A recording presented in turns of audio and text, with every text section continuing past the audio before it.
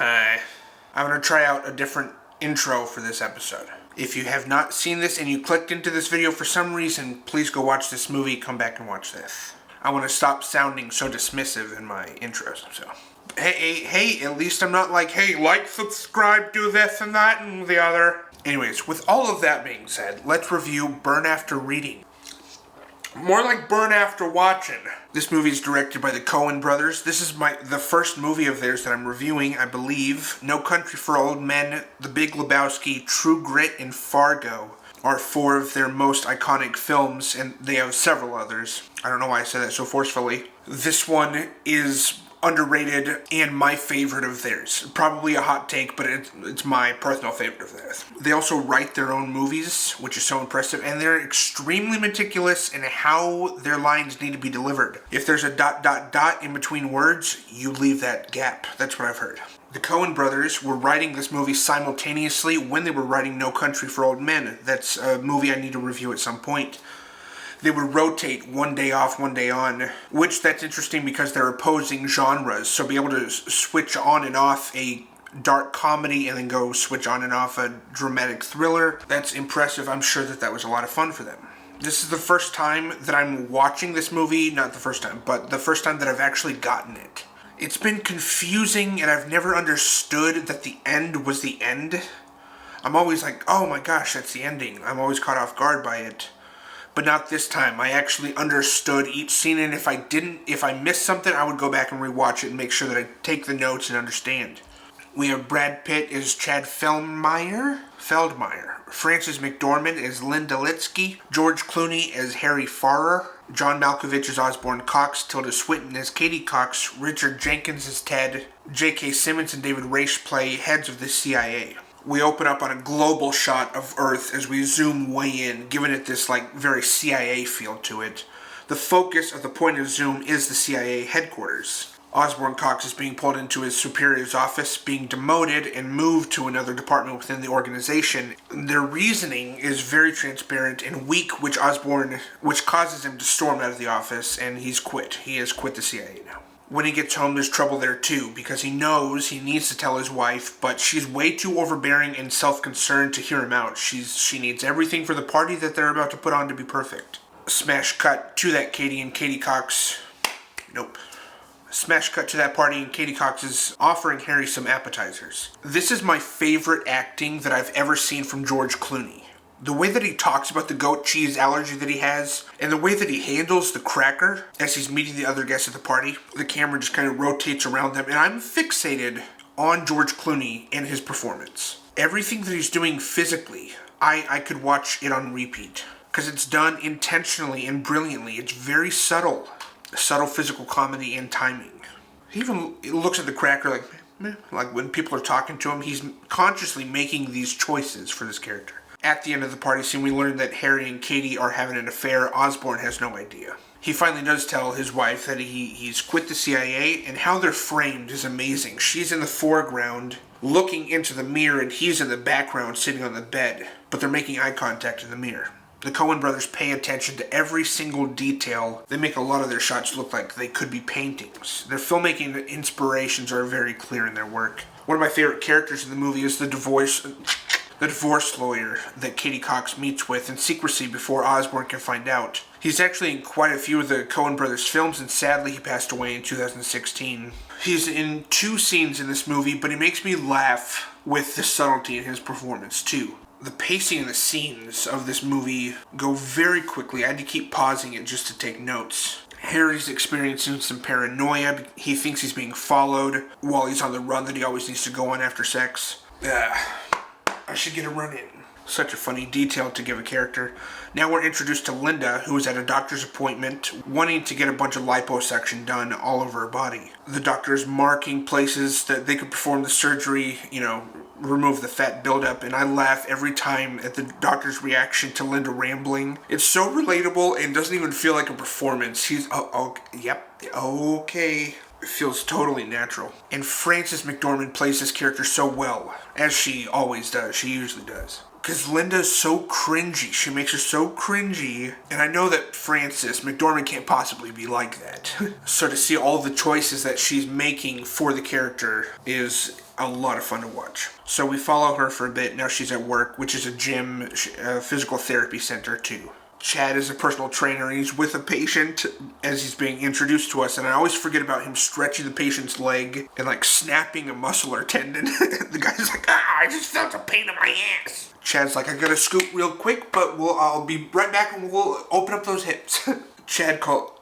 Linda calls Chad over to help get advice on this dating website that she's on, and the both of them are so good at being cringeworthy. The dialogue and how it's written, plus the direction that they both got for the style of the humor, and then adding each actor's choices for their characters, it all creates for something really good because they're so skilled at their job. As a performer, this movie is a masterclass in subtlety and making choices for characters and acting. Linda wants her insurance to pay for all the surgeries that she wants to have. All the changes she wants to make to her body. Ted is the manager or the owner of the gym that she works at, and we get the sense that he knows why Linda wants to make these changes, and it's very disheartening to him because he has a crush on her for who she is now. Just by the one look that he gives her, we can understand that he really likes her, and he dislikes her disliking her own body so much.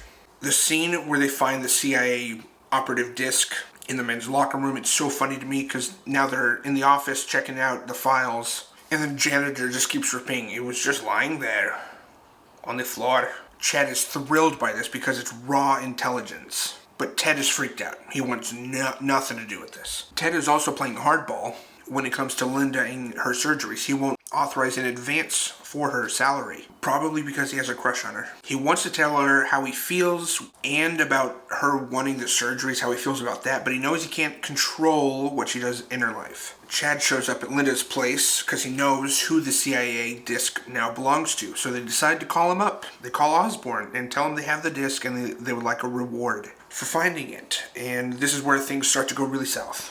Harry is definitely a womanizer. There's like 5 or 6 women that we know that he slept with so far, and now he's matched with Linda on this dating website. She goes to the same park that she met the first guy with on the first date, and she can't really find anybody, but then she sees Harry Farrer sitting there. These names are kind of strange, I don't know. She gets so excited and happy because it's George Clooney. The music is joyful and there's playful banter as they feed each other bites of sushi. The date that they have is the entire opposite of the first date that we see Linda on.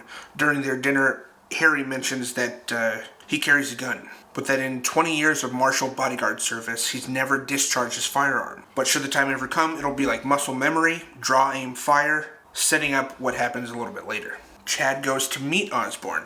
He gets in the car with him. Osborne scolds him for blackmailing him and punches him in the face, and they don't ever make the exchange. Linda and Chad just decide, well, why don't we just sell the disc to a foreign organization who might pay a lot for some information like this. Things are advancing between Harry and Katie Cox, at the same time that things are advancing with Harry and Linda. Katie even advances her divorce by kicking Osborne out of their home. She dumps all of his belongings out on the front steps and changes the locks. Now the place belongs to Katie and Harry. Chad knows you keeping up? He knows the location of this place, though. He's staking it out, and at a time that Harry goes on one of his runs, now nobody's home. He can break his way into this place and find more information to sell to people. Unbeknownst to him, Harry returns from his run, surprising Chad, who was still snooping around the place. So he hides in the closet in a panic, but Harry is changing clothes now and needs to open the closet.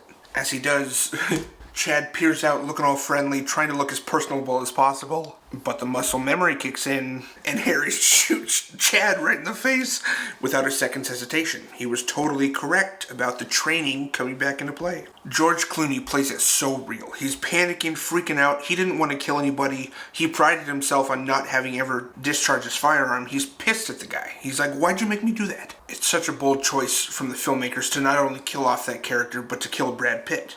Now the CIA heads have heard about their information being sold to the Russians by Linda and Chad. They know about Harry shooting the intruder, who was Chad. They don't know that. So it's publicly known that Harry and Katie are having an affair. Even how the CIA chooses to deal with the situation is like super dismissive and illegal. Like, yeah, just dump the body, get rid of it. Probably based on some sort of reality. I mean, the CIA, they killed JFK for Pete's sake. Ted has to fire Chad, since he hasn't shown up for work in 48 hours. Linda is worried now because he was supposed to show up some time ago. They have no clue that he's dead, and Linda has no clue that it was the person she's dating to have been the one to shoot Chad. Harry is really upset and still disturbed by it. He has a moment of snapping on Katie for her constant negativity. He storms out of her home, calls his wife, who he says is his ex, but she's not. She's his wife. She's on a book tour for several months. After that phone call, he realizes, Harry, that he is being followed. Turns out it's a private investigator hired by his wife in this divorce settlement that she's filing against him that he doesn't know. And he literally just got off the phone with her. Linda goes to tell Harry that Chad's been gone for more than 48 hours, and he very clearly has no idea who she's talking about, but he's willing to help.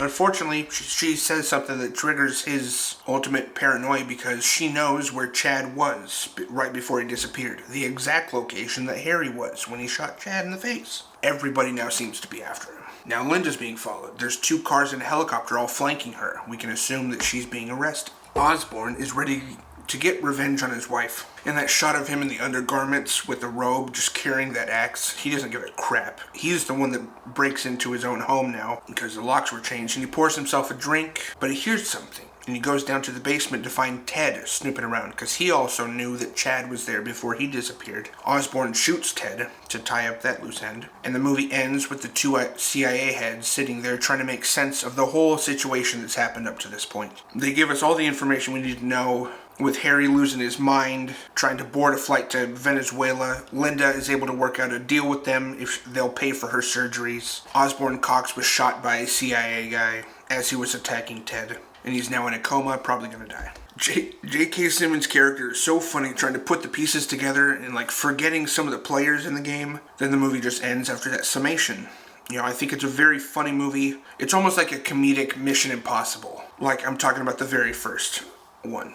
But a total spoof of it, where people are incompetent at their jobs, super unintelligent. These are just everyday people trying to blackmail high-ranking CIA operatives, which is not ever going to go well. But again, from a performer's POV, I think that everybody in this movie just nails it. To watch an actor be really good at his job is like watching an NBA player. It's like watching a sport athlete at the top of his game. But it's so subtle. It's really subtle. And I feel like people don't pick up on it enough. So I had to share my thoughts about this movie. Because if you haven't watched it in a while, please go watch this movie. Especially if you want to go into acting at all. These actors take the words off the page and they say them so naturally. It's really cool to watch. That's my review of Burn After Reading. Thank you guys so much for being here. See you next week. Peace.